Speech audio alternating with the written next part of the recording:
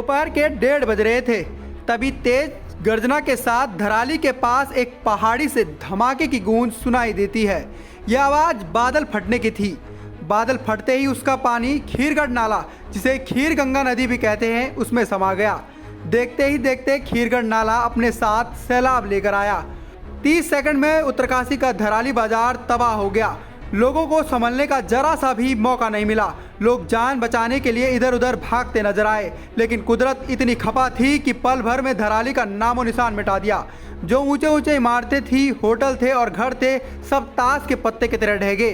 50 से ज़्यादा लोग मलबे में दब गए। ठीक 1:30 बजे ये फ्लड आया और इसने धराली में तबाह मचा दिया। बिल्कुल एकदम साफ हो गया है। वहाँ 60-70 लॉस है, वो भी फिनिश हो गए हैं और आदमियों का भी कोई पता नहीं चल रहा, संपर्क किसी से नहीं हो पा रहा है। ये 5 अगस्त बहुत ही गलत है।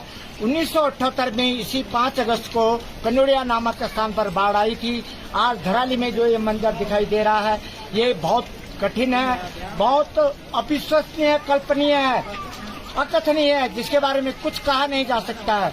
वास्तव में कितना ये नुकसान हुआ अभी तक कोई जानकारी प्राप्त नहीं हो रही, लेकिन लॉज हुए, होटल हुए, मार्केट हुआ, गांव हुआ, सारा तबाह हो चुका है।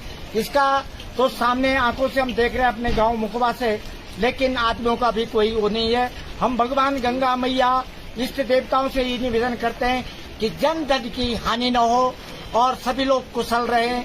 बाकी तो सब कुछ होता ही रहता है, पर ऐसा मंजर हमने जीवन भर नहीं देखा। हमारी 65 साल की उम्र हो गई है, ये मंजर कभी दिखने को नहीं दिखाई दिया।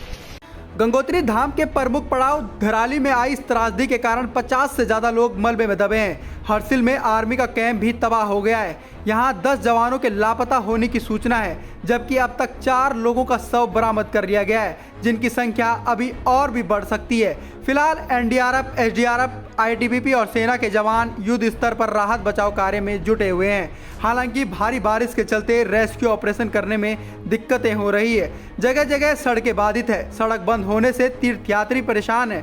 भागीरथी नदी के पास बने एक पुल का भी क्षतिग्रस्त होने की सूचना है। जिले में 24 घंटे के लिए भारी बारिश का अलर्ट जारी किया गया है।